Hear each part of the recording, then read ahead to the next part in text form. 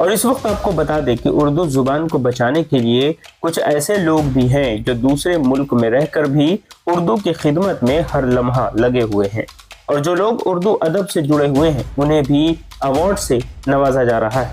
جی ہاں، صوفی جمیل Akhtar literary society اور اس کے روح رواں فہیم اختر کی جانب سے 17واں صوفی جمیل اختر میموریل ایوارڈ 2025 آرگنائز کیا گیا، جس میں مشہور و معروف شاعر وسیم بریلوی صاحب کو ایوارڈ سے نوازا گیا۔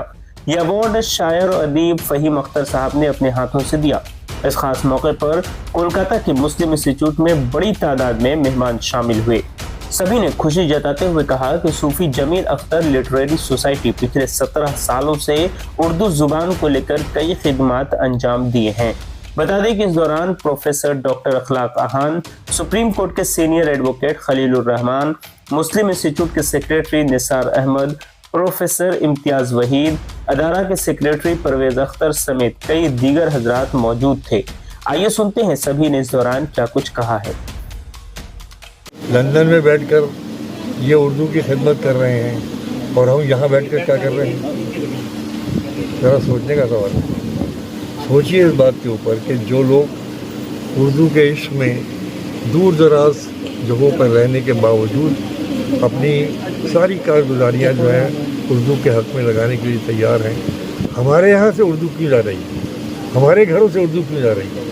یہ لوگ وہاں سے بیٹھ کر خدمت انجام دے سکتے ہیں، خدمت کر سکتے ہیں، ہم لوگ یہاں پر صرف اتنا نہیں کر سکتے کہ اپنی بچیوں کو آراستہ کر دیں اردو۔ بچیوں کو اگر آراستہ کر دیں تو بچیوں کی گود جو ہوتی ہے قوم کا مستقبل ہوتی ہے۔ اگر وہ سیکھ گئیں اردو تو آپ یقین کیجئے کہ آپ نے بہت بڑا کام کر دیا۔ کالجز اور یونیورسٹیز وہ کام نہیں کر سکتی اگر آپ کی بچیوں کے پاس اردو ہوگی، تو جس طریقے سے وہ اردو ان کے ذریعے اور اپنا سارا مذہبی سرمایہ، ادبی سرمایہ، علمی سرمایہ، ثقافتی سرمایہ سارا کا سارا جو محفوظ ہو جائے گا اس گود میں جس میں بچہ پل رہا ہے۔ تو اگر ہم لوگ بطور خاص، ویسے تو ہر ایک کوئی پڑھنا چاہیے جو بھی اردو والا ہے، لیکن اگر ہم چاہتے ہیں کہ ہماری آنے والی نسلوں تک ہماری تہذیب محفوظ رہ سکے، مذہب محفوظ رہ سکے، اقدار محفوظ رہ سکے، تو بیٹیوں تک اردو ضرور پہنچانی ہے۔ میں سمجھتا ہوں کہ آج کی سب سے بڑی ضرورت جو ہے وہ یہ ایک بات۔ دوسری بات یہ ہے کہ اردو کو آپ اس کے اوپر یعنی اختیار اپنا اتنا نہ دکھائیے کہ دوسرے اس کی طرف سے منہ موڑ لیں۔ آپ اتنی شدت نہ دکھائیے اردو کے ساتھ کہ دوسرے اس کو غیر سمجھنے لگیں۔ اردو کو پہنچائیے ان لوگوں تک کہ جو لوگ اردو نہیں جانتے، اگر آپ کے پاس بیٹھتے ہیں، آپ سے گفتگو کرتے ہیں، آپ سے شعر و شاعری میں شرکت کرتے ہیں، سنتے ہیں، اور ان تک اگر وہ بات پہنچ رہی ہے تو وہ جا کر کوشش کریں کہ اردو سیکھیں۔ اردو کو ایک مخصوص طبقے تک محدود نہ کیجیے۔ میں بہت خوش ہوں۔ میں سمجھتا ہوں کہ اہل کلکتہ نے پچھلے 17 برس سے جو ہمارا ساتھ دیا، اس کے لیے میں بہت بہت شکر گزار ہوں۔